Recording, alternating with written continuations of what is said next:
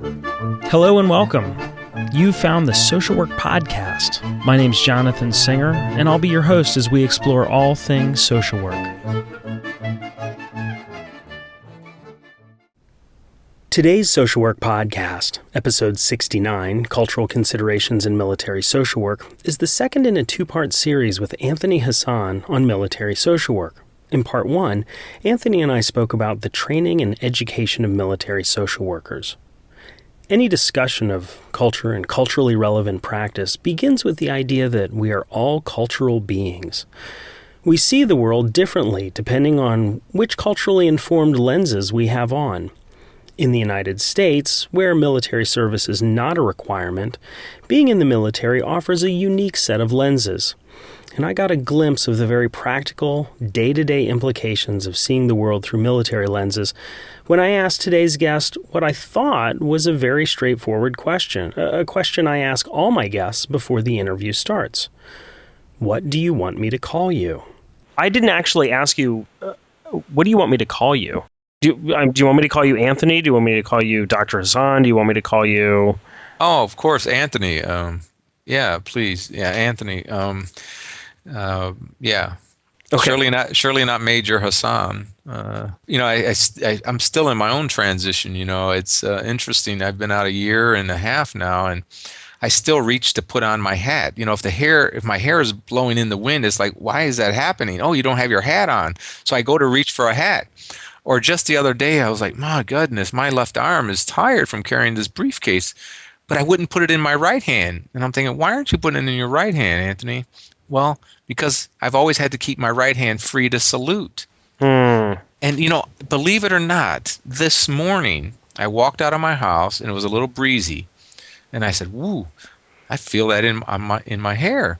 And I thought instantly, where is your cover? Where is your hat? And it's a transition that we all have to make. And so when I jokingly say, don't call me Major Hassan, is because, sometimes I still talk as if I'm in the service. And I talk about people I work with every day as civilians. And it is a transition. And here I am, I'm moving from one career to the next pretty seamless. Everything's going okay. Just imagine what it must be like to leave service young, without a job, without really any skills, having been to war twice, and maybe having a wife and a 3-year-old daughter. And you're all of a sudden in Los Angeles again where you grew up. What is that going to be like? That's all I want social workers to try to understand, is how can we help this family, this individual, navigate this transition. So how can we help? The Council on Social Work Education's Military Social Work Task Force, chaired by today's guest, provides some guidance on the knowledge, values, and skills that all military social workers should have. Here's their statement on Educational Policy 2.1.4, Engaging Diversity and Difference in Practice. Advanced practitioners in military social work understand there are many subgroups and subcultures in the military and veterans communities. Interventions and personal reactions differ over time with changes in social policy and diversity among individuals.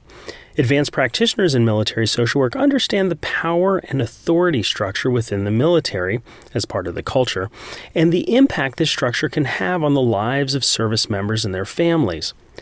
They recognize the impact of intersectionality of various diversity factors, for example, in-rank structure, hierarchy, military occupational specialty statuses, racial status, gender, service cultures and practices, family composition and definition, sexual orientation, age, disability, life stage, culture and ethnicity, spirituality, and citizenship status. All of these have on direct practice. They understand the differences in factors that motivate people to enter, serve, separate from, and transition into the VA system of care. That's Veterans Administration. The CSWE guidelines also identified 4 specific practice behaviors associated with engaging diversity and difference in practice.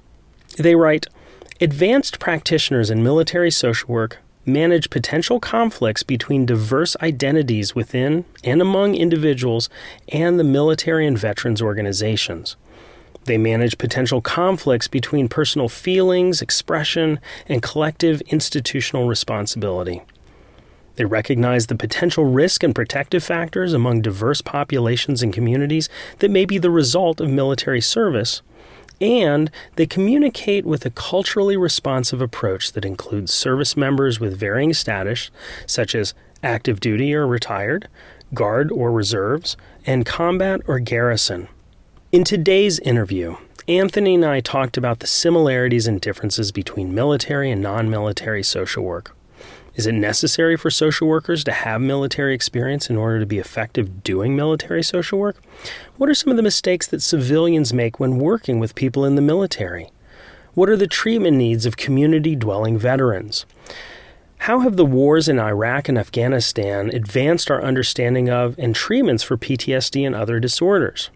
Anthony ended our conversation emphasizing that when we think of community-dwelling veterans, we should remember their strengths as well as their needs. Now, a couple of notes about this interview. For the first time, I invited listeners of the Social Work Podcast who are fans on the Social Work Podcast Facebook page to submit questions for Anthony, and the response was fantastic. There were over 20 questions, most of which I couldn't ask, but those that were suggested on Facebook I identified as such in the interview. So, thanks to everyone who posted questions. You'll recognize your contribution. And I'll definitely be asking folks to submit questions for future podcasts. And, as with all my remote interviews, this one was done using Skype. Anthony was in Los Angeles, and I was 3,000 miles away in Philadelphia. And now, without further ado, on to episode 69 of the Social Work Podcast, Cultural Considerations in Military Social Work, an interview with Dr. Anthony Hassan. Based on your experience, what's one of the differences between your non-military social work and the military social work that you've done? Yeah, for me, really, there is no difference in the social work that I'm doing. It's just with a different population, and I think that's how I try to see this work. It's not that we need to change everything about us. I think social workers have the perfect skill set, period. I even feel that way for social work and leadership. I mean, I believe we have the right skill set to be great leaders in organizations as well. But my point, I guess, is that social work is perfectly situated and suited to work with the veteran population, the service member, and their family population. But I think, like any culture, in order to be culturally responsive, you need to be fully aware of the challenges and the values, the way of doing things, rituals, traditions in this culture, just like in any other culture, this culture being the military culture. So what are some of the values and rituals and traditions that you think are kind of essential for people to know about? It starts just by knowing who they are and a little bit about there are cultures within and cultures among the military, and to make an assumption that all military are the same or stereotyping surely isn't what we would want or need to work with this population. And so when you think about, you need to, be aware of ethical issues that, come up in terms of their need to come to get help or desire for help. How that might conflict with your own issues of confidentiality, the legal parameters of working with a service member who is under a different set of laws and regulations, the policies that affect, delivering service to servicemen and women, advocating for them, knowing who to advocate to or with, understanding some of their issues as it relates to going to get mental health. Realizing that they value things that maybe aren't valued by civilians, if you would. The idea of cohesion and teamwork and duty and honor and loyalty and respect and courage, self-sacrifice. I mean, these things will get in the way of an individual seeking help for sure.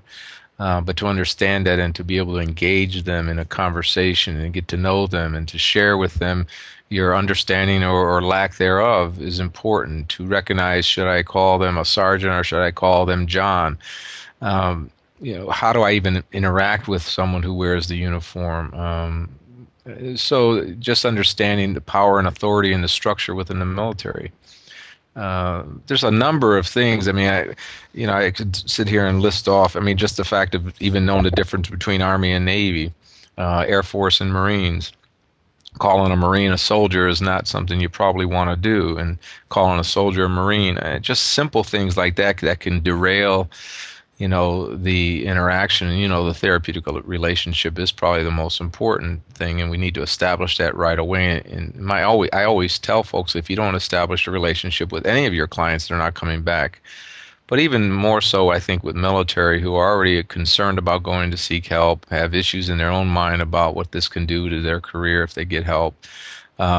Just learning, having lived to be stoic and courageous to go get help may be seen as a weakness. So how do you work with that? How do you at least share with this service member that you really do understand their concerns and their challenges, and a host of other things like your rank. I mean, do you know the rank? Do you know the difference between an officer and a non-commissioned officer? Do you understand, a senior NCO versus a junior NCO, gender and issues of culture in the military itself? What is family, sexual orientation? Don't ask, don't tell. I mean, I could go on and on and on. One of the questions that was posted on Facebook for this interview that I think fits our conversation right now is it necessary for social workers to have military experience in order to be effective doing military social work? That's a great question. No, you don't need military experience to be an effective social worker working with service members, veterans, and their families. I don't believe that you need military experience. I think what makes a uniformed social worker makes it easier for them to practice is that they have instant credibility because they wear the uniform and because they live the lifestyle. But when I think of the work we're doing here and the work that we need to continue to do is to increase the workforce capacity, is to really work with those in the community, those social workers and behavioral health providers in the community who do not have experience working with this population, have never worn the uniform. And that is where the majority of folks are going to get their care. We know about 70% of the servicemen and women who return will get care in our community. So if we had to depend on someone to have worn the uniform, then I think we would be in trouble. So no, you do not have to have it. Now, surely for me, there's an instant bond. There's an instant understanding between me and any service member who's ever wore the uniform or is wearing it.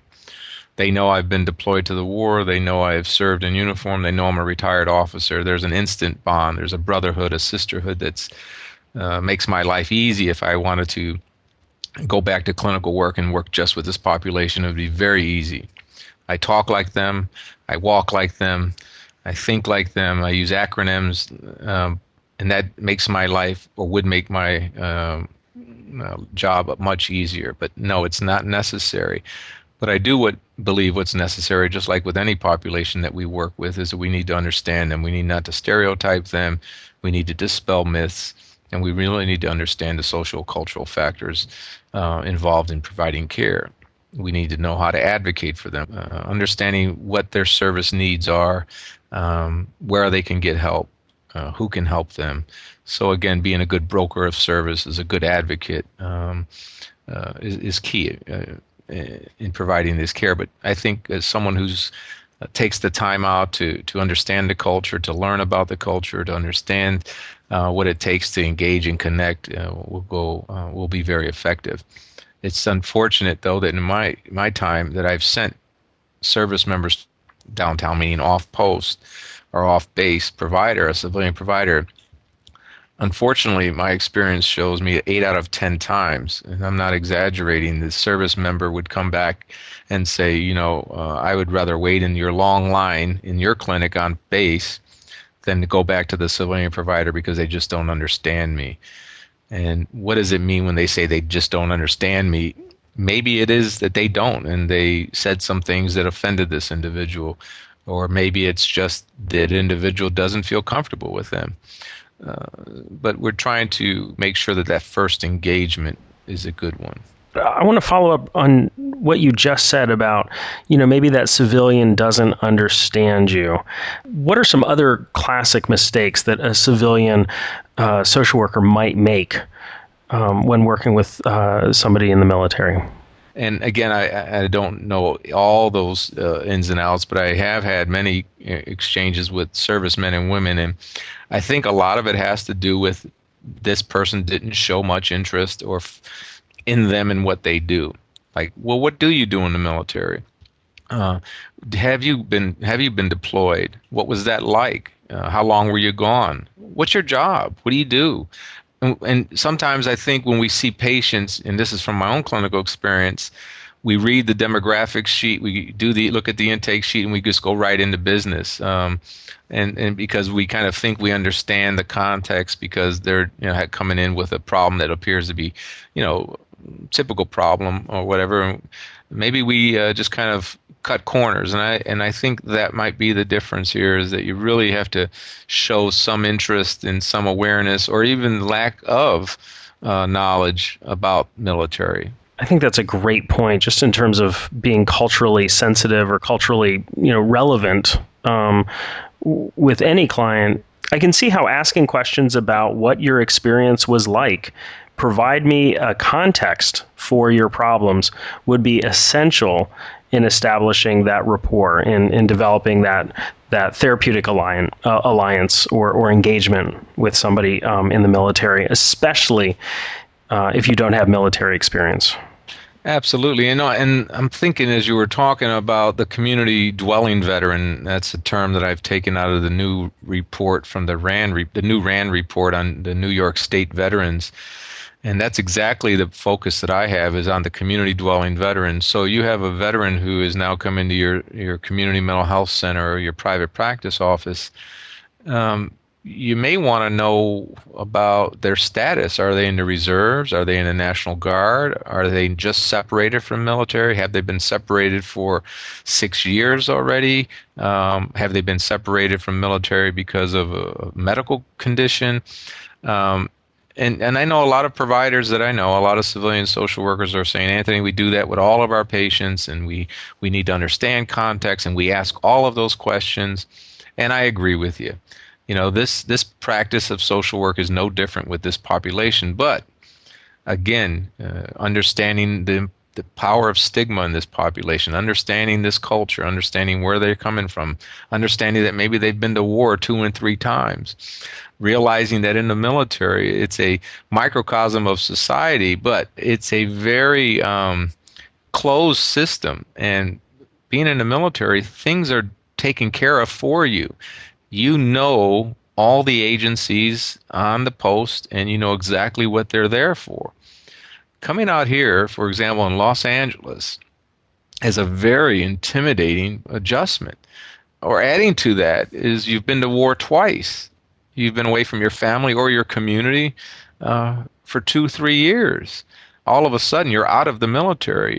You're out here, and you look left and you look right, and nothing looks familiar, nothing sounds familiar. You're having a hard time finding employment. You've joined the military from a civilian community where your education was marginal at best, and now you're back into this community. You don't have a job. You may not have any new skills other than maybe an infantryman or artilleryman in some cases. You probably aren't prepared to go to college, but you have this GI Bill that everybody says you should use. You might have a wife and 2 children by now. And wow. So I think that the provider really just needs to understand this individual and their new and unique needs, and maybe not make assumptions that they're just another client coming in for marital counseling or another depressed client. And I think, as you said, sometimes in the business, we have large caseloads and we get used to a routine. And all I'm saying is, if you have a veteran in your waiting room, think about how you might need to interact with that individual, the things that you may need to engage them with initially in the conversation. So clearly, understanding the context, who is this person and where are they coming from? Because their issues aren't coming out of nowhere. They're coming from somewhere. So where is that? And what can I do to understand it? And then there's the other side, which is, even if I understand this person, that's not going to help them unless I know how to treat the problem unless I know how to be effective in addressing their issues. And I know the classic diagnosis that everybody talks about is PTSD. So one of the questions from Facebook was actually from a social worker in Israel who has military experience, and he wrote, wars usually advance technology and treatments. Did the wars in both Iraq and Afghanistan advance the course of PTSD treatment in the U.S. military? What are the current guidelines for the treatment of PTSD in the military? And I was wondering if you could answer that sort of, is there anything you need to know about PTSD as a diagnosis with folks in the military that might be different from PTSD in non-military populations? Yeah, first I'd like to say, I'm not an expert in PTSD, but as the question, the person who asked the question is actually right on target when you think about what is the advancements that we have now, or an awareness that we've brought to the post-traumatic stress disorder. We have seen in a lot of the research, and a lot of research is being conducted about what are those evidence-based interventions that have shown to be the most effective in working with this population.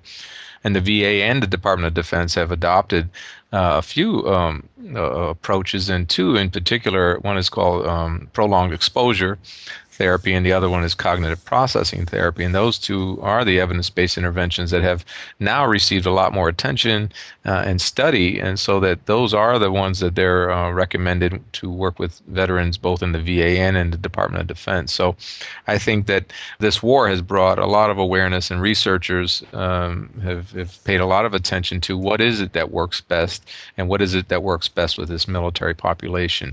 Now, there are a number of other therapies out there, cognitive behavioral, problem solving, EMDR, and there's actually some folks, a partner of ours in research named Skip Rizzo, Dr. Rizzo, who's using virtual reality to immerse an individual back into that environment to help them process the traumatic event. And his small studies have shown that virtual reality technology is actually helping veterans recover or to manage post-traumatic stress disorder.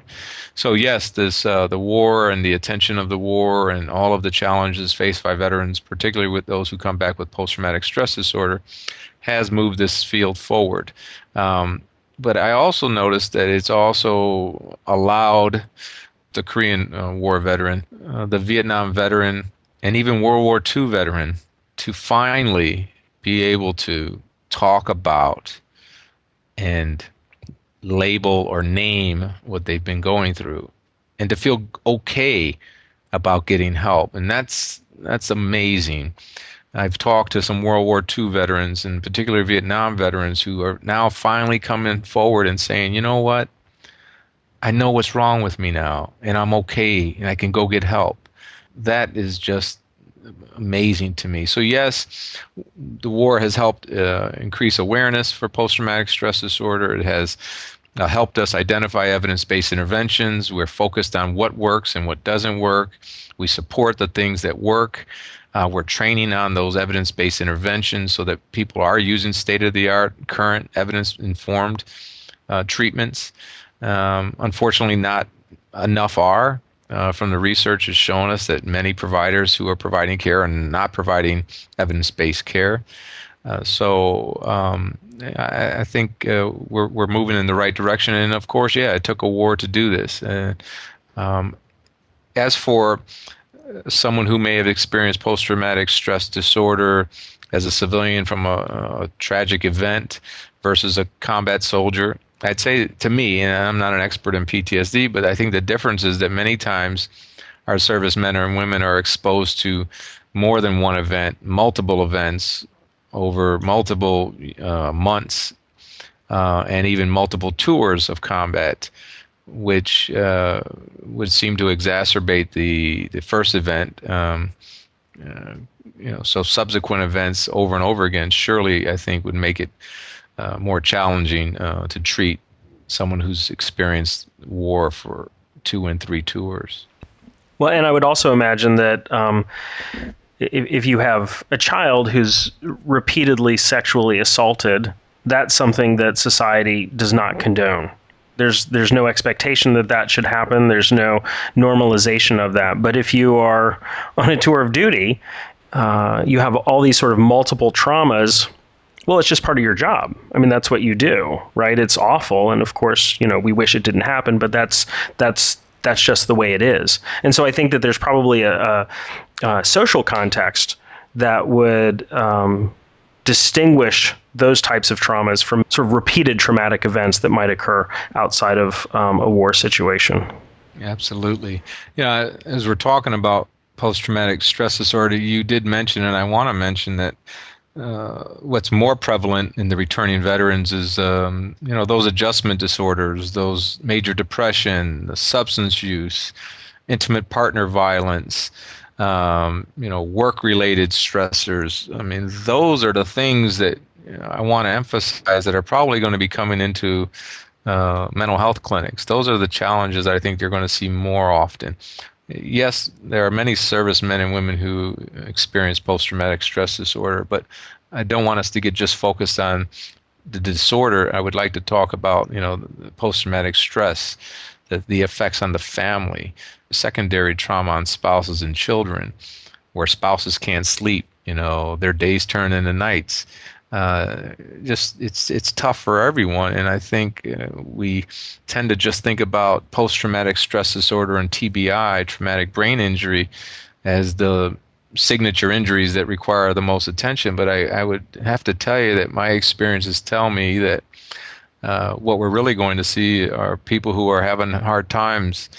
We've seen this with increased suicides, divorces, unemployment, economic challenges. And I think social workers, again, if we understand the services and the agencies available to those servicemen and women, we can help advocate for them on the ground. Yeah, I mean, so I know we've spent a lot of time talking about post-traumatic stress disorder, and a lot of the research that comes out is in PTSD and TBI, but I really think we need to look at those micro transition moments, those moments when a service member comes back home. What happens in that first day, that first week? What happens during the first month? What happens in the 3-month, 6-month, at the 1-year mark? When are they most challenged? What's really happening? How are they strained? What kind of family relationships are they dealing with? Are they dealing with unemployment? This is why I think social work is the right profession to work with veterans and military families, because of our understanding of that total person. And I also need to mention that we again focus on pathologizing and we focus on the problems, but let's remember 80% of servicemen and women return home and do just great. Actually, some of them are probably more resilient and more determined than ever. When we think of a service member, we shouldn't just rush to think of PTSD or TBI or someone who's angry and ready to shoot up a building. I think we need to think about someone who is strong and who's committed and who's served and who has experienced things we maybe never will experience, but has come out of it stronger and more capable than ever. Is a good citizen, would be someone we wanted to hire at our workplace, a leader. So I just throw that out there just because I feel that I have to get on my soapbox to remind us that, yes, people are going to come back, and yes, they're going to have challenges, but there are many servicemen and women who do just fine. I'm so glad that you mentioned that, because the news doesn't cover the successful vet, the vet that comes back and is doing great things. And what's true is that people don't go to social workers when things are going well. So that said, your point is really well taken. Military social workers need to think about working with vets and their families, not just in terms of pathology, but also in terms of adjustment and successful transition. And you used a term, I can't remember what it is, but it really spoke to this idea that a large focus of military social work is working in the community. No, I think that's what I want to focus on. I want everyone to think about is that what I call the community dwelling veteran. The military, as Admiral Mullen will tell you in many of his speeches, he says, look, the military does a great job of taking care of the service member and their family when they have the uniform on. We do a good job if they have some kind of service-connected disability because they'll go to the VA. Many of them won't, even though they do. But let's just say they can go to the VA. All veterans who separate from the service are left to fend for themselves. And that is why I'm committed to training and educating the next generation of therapists and social workers and the current ones to really understand this population, because that's where they're going to be. That's where they need the most help. They're no longer in the military. And so that is why I focus on what we call the community dwelling veteran, as the RAND report has labeled this population, which is about 70 to 80% of the people you're going to see in your clinic are going to be those who've separated or who are in the reserves and National Guard and who are now living out here and trying to navigate this new life. So transitions, yes, are very important. Anthony, I want to thank you so much for spending the time with us today and talking with us about military social work. Thank you so much for the opportunity. It was my pleasure, and again, this is my commitment. So anything I can do to help now and in the future, please don't hesitate to call upon me. I'm Jonathan Singer, and thanks for being with me today for another episode of the Social Work Podcast. If you missed an episode or have suggestions for future episodes, please visit socialworkpodcast.com.